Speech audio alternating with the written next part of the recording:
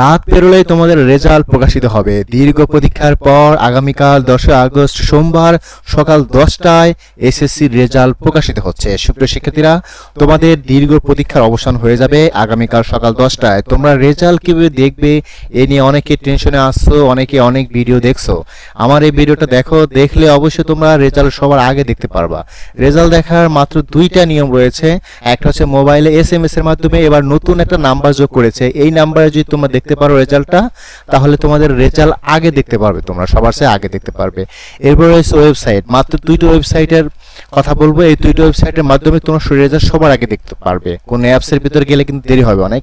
তো এই দুইটার মাধ্যমে তোমরা রেজাল্ট সবার আগে দেখতে পারবে। এবং তোমরা যারা ফেল করবে পরীক্ষায়, বলা যায় না, করতে পারো সবাই দুই এক সাবজেক্টে, এটা নিয়ে হতাশ হওয়ার কিছু নাই।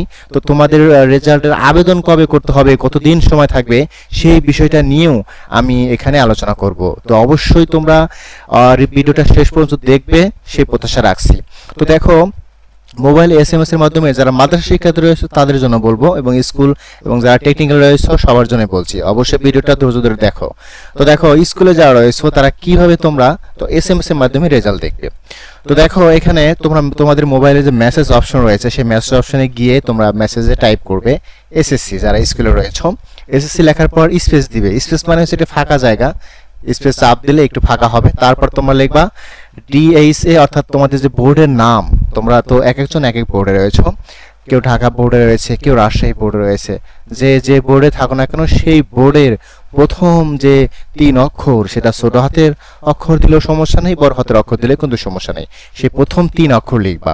লেখার পর একটা স্পেস দিবা, মানে একটু ফাঁকা করবে। এরপর তোমরা এখানে রোল নাম্বার দেবে। তোমাদের যে রোল নাম্বার রয়েছে সেই রোল নাম্বার দেখবে অ্যাডমিট কার্ড থেকে দেখে দেখে, কোনো ভুল যেন না হয়। এরপর একটা স্পেস দিয়ে 2026 লিখবে, যেহেতু 2026 সালে তোমরা পরীক্ষা দিচ্ছ। তো এরপরে পাঠাতে হবে 16,140 নাম্বারে। অনেকে বলতে পারো যে 16,222 নাম্বারে পাঠালে এমন কি হবে? হ্যাঁ, 16,222 নাম্বারে পাঠাতে পারো, ওটাতেও দেখা যাবে। কিন্তু 16,222 নাম্বারে পাঠালে একটু দেরি হবে, যেহেতু অনেকেই দেখবে এখানে রেজাল্ট দেখতে আসবে, সেজন্য ওটাতে পাঠালে অনেক লেট হয়ে যাবে। তো সেজন্য তোমরা এবার নতুন নাম্বার যুক্ত করেছে, সেটা হচ্ছে 16,140। এই 16,140 নাম্বারে তোমরা পাঠাবে। খুব দ্রুত তোমাদের এটা রিপ্লাই চলে আসবে, এবং টাকাও অনেক কম কাটবে, 1 টাকা 39 পয়সা মেবি। এরপর দেখো মাদ্রাসা, এটা তো স্কুলে, আশা করি বুঝতে পেরেছো তোমরা। মাদ্রাসা যারা রয়েছে তারা কিভাবে দেখবে, তাদের একটু ব্যতিক্রম। মাদ্রাসা কিন্তু কোনো বোর্ড নেই, বোর্ড একটাই, সেটা হচ্ছে মাদ্রাসা বোর্ড।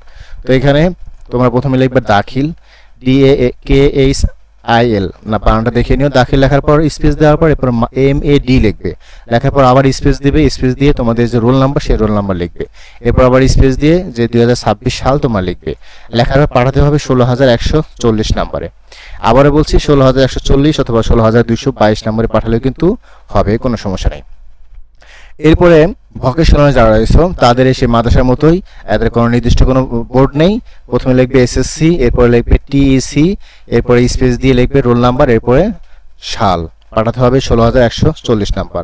আবারও বলছি, এখানে 16,000 তোমরা দেখা দিচ্ছি যে 16,222 নাম্বার পাঠালেও কিন্তু হবে। হ্যাঁ, যে কোনো দুইটা একটা নাম্বারে পাঠালেও সমস্যা নাই। তো এই হচ্ছে এসএমএস এর মাধ্যমে তোমরা এভাবে রেজাল্ট দেখতে পারবে। এরপর দেখো ওয়েবসাইটের মাধ্যমে কিভাবে রেজাল্ট দেখবে। এটা খুবই সহজ, আমাদের মার্কশিট সহ কেউ ওয়েবসাইটের মাধ্যমে রেজাল্ট দেখবে। তোমরা প্রথমে তোমাদের মোবাইল অপশন, গুগল রয়েছে, সেই গুগল অপশনে যাবে। গুগলে গিয়ে তোমরা প্রথমে লিখবে এখানে যে এডুকেশন, লেখার সাথে সাথে দেখবো আমি লিঙ্ক দিয়ে দেবো ডেসক্রিপশন বক্সে বা কমেন্টে, লিঙ্ক দিয়ে দিচ্ছি। সেই লিঙ্কের ভিতরে ক্লিক করলেই তোমরা এই ওয়েবসাইটে চলে আসবে। তো এডুকেশন লেখার সাথে সাথে দেখবে চলে আসছে এডুকেশন বোর্ড রেজাল্ট। এখানে ক্লিক করবে। ক্লিক করার পর দেখো এখানে এডুকেশন বোর্ড রেজাল্ট আমার একটা ওয়েবসাইট রয়েছে, আবার এখানে ওয়েব বেসড রেজাল্ট নামের একটা ওয়েবসাইট রয়েছে, এরপর আর একটা ওয়েবসাইট রয়েছে। এরকম এখানে 2-3টা ওয়েবসাইট রয়েছে, একটা দুইটা, এই দুইটা ওয়েবসাইটের মাধ্যমে মতো দেখা যাবে। তো আমরা প্রথমতে ক্লিক করবো। ক্লিক করার সাথে সাথে এরকম একটা ইন্টারফেস চলে আসবে। খুবই সহজ, কঠিন কিছু না, ভয় পাওয়ার কিছু নাই, তোমরা সহজে দেখতে পারবা। এই জন্য কম্পিউটারের দোকানে যেতে হবে সেটা এমন না, তোমরা মোবাইলের মাধ্যমে দেখতে পারবা। তো দেখো এখানে নেম অফ বোর্ড রাখা রয়েছে। তো তোমাদের যে বোর্ড রয়েছে সেই বোর্ড এখানে সিলেক্ট করবা। আমরা এখানে ঢাকা সিলেক্ট করলাম। আর এখানে যারা মাদ্রাসা রয়েছে তারা এই যে এখানে লেখাই রয়েছে মাদ্রাসা, সেই মাদ্রাসায় ক্লিক করবা। আচ্ছা, যাই হোক, এরপরে examine, name of examine, SSC পরীক্ষা, এসএসসি উপর ক্লিক করবে। এরপর নেম অফ এক্সামিনেশন, পরীক্ষা 2026 সালটা লিখবে এখানে। এরপরে এখানে তোমাদের লিখবে ইন্ডিভিজুয়াল, নিচে যেটা একটাই থাকবে ওইটা ক্লিক করবা। ক্লিক করার সাথে তোমাদের রোল নাম্বারের অপশন চলে আসবে। তোমরা এখানে রোল নাম্বার লিখবা। আমি এখানে এমনি একটা রোল নাম্বার দিয়ে দিচ্ছি। এরপর এখানে তোমাদের রেজিস্ট্রেশন নাম্বার দিতে হবে। দেওয়ার পর তোমরা এরপর দেখো এখানে একটা কাজ করতে হবে, এখানে একটা ক্যাপচা থাকবে, এই ক্যাপচাটা এখানে তোমাদের টাইপ করতে হবে। দেখো এখানে আমি দেখতে পাচ্ছি 5069, তো 5069। তোমরা যদি এখানে বুঝতে না পারো, ধরো আমি এই ক্যাপচাটা আমি বুঝতে পারতেছি না, কেমন যেন দেখা যাচ্ছে, স্পষ্ট দেখা যাচ্ছে না, তো সেক্ষেত্রে আমরা এখানে ক্লিক করব, ক্লিক করে আরেকটা ক্যাপচা আসবে। এটা যদি তোমার কাছে স্পষ্ট মনে হয় তখন তুমি সেই ক্যাপচাটা এখানে লিখবা, 1761 লেখা দেখাচ্ছে। তো এটা লেখার পর আমরা কি করব, আমরা এখানে ভিউ রেজাল্ট, এই দেখো ভিউ রেজাল্টের উপর ক্লিক করার সাথে সাথেই তোমাদের রেজাল্ট প্রকাশিত হয়ে যাবে। হয়তো রেজাল্ট যদি প্রকাশিত না হয় ক্লিক করার সাথে সাথে তোমরা ভয় পাবে না, কারণ ওই সময় তো সবাই দেখতেছে, হয়তো ওয়েবসাইটটি ডাউন হতে পারে, সেজন্য কিন্তু তোমরা বারে চেষ্টা করলেই অবশ্যই তোমরা দেখতে পারবে। তো প্রিয় শিক্ষার্থীরা, এই ছিল এই একটা ওয়েবসাইট, আর দেখাইলাম যে তার নিচে 2 নম্বর, ওই দুইটা ওয়েবসাইটের মাধ্যমে মূলত দেখানো যাবে, এছাড়া আর কোনো মাধ্যম নেই। সুপ্রিয় শিক্ষার্থীরা, এভাবে তোমরা খুব সহজেই তোমরা রেজাল্ট দেখতে পারবা। আর আমি লাইভে আসবো ইনশাল্লাহ, আগামীকাল সকাল 10টায় লাইভ হবে। সেই লাইভে তোমরা যারা রেজাল্ট বের করতে পারবে না, আমি তাদেরকে রেজাল্ট দেখিয়ে দিব লাইভে। তোমাদের রোল নাম্বার, রেজিস্ট্রেশন নাম্বার, তোমাদের বোর্ড লিখে দিলেই আমি তোমাদের সেটা দেখিয়ে দেবো ইনশাল্লাহ। এবং হোয়াটসঅ্যাপে অনেকে নক দিতে পারো, সমস্যা নাই। তো দেখো এখানে পুনর্নিরীক্ষণের আবেদন শুরু হবে, এটা তোমাদের জানিয়ে রাখতেছি। অনেকে যারা ফেল করবে, হা হুতাশ করবে, কান্নাকাটি করবে, অনেকে বিভিন্ন কাজ শুরু করে দেবে, এগুলো করা যাবে না। পুনর্নিরীক্ষণের আবেদন করা যাবে। তোমার মনে হচ্ছে যে না আমি তো পাস করবো, আমি ফেল করবো না, এই আত্মবিশ্বাস যদি থাকে তাহলে তুমি কি করবে, আবেদন করবে, পুনর্নিরীক্ষণের জন্য আবেদন করবে। এটা শুরু হবে পরীক্ষা রেজাল্টের পরের দিন, অর্থাৎ মঙ্গলবার 11 আগস্ট থেকে শুরু হবে, 17 তারিখ পর্যন্ত সময় থাকবে। এই 7 দিনের ভিতরে তোমাদের পুনর্নিরীক্ষণের জন্য আবেদন থাকবে। সেখানে প্রতি সাবজেক্ট প্রতি কত টাকা লাগে, সর্বোচ্চ 150 টাকা গতবার ছিল, এবার কত টাকা সেটা এখনো প্রকাশিত হয়নি, প্রকাশিত হলে তোমাদের জানিয়ে দেবো।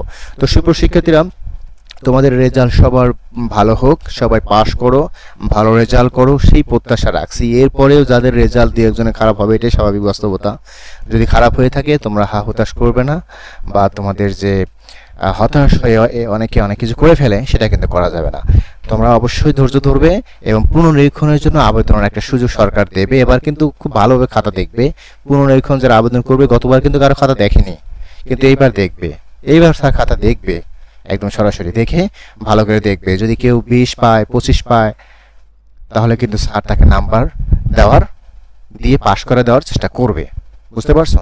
তো এই জন্য হতাশ হওয়ার কিছু নেই, ইনশাল্লাহ তোমাদের ভালো কিছু হবে সেই প্রত্যাশা রাখছি। তো অবশ্যই তোমরা কমেন্ট করবে, কোনো সমস্যা হইলো কিনা বুঝতে, সেটা কমেন্ট করো, আমি সেই কমেন্টের জবাব দেওয়ার চেষ্টা করব।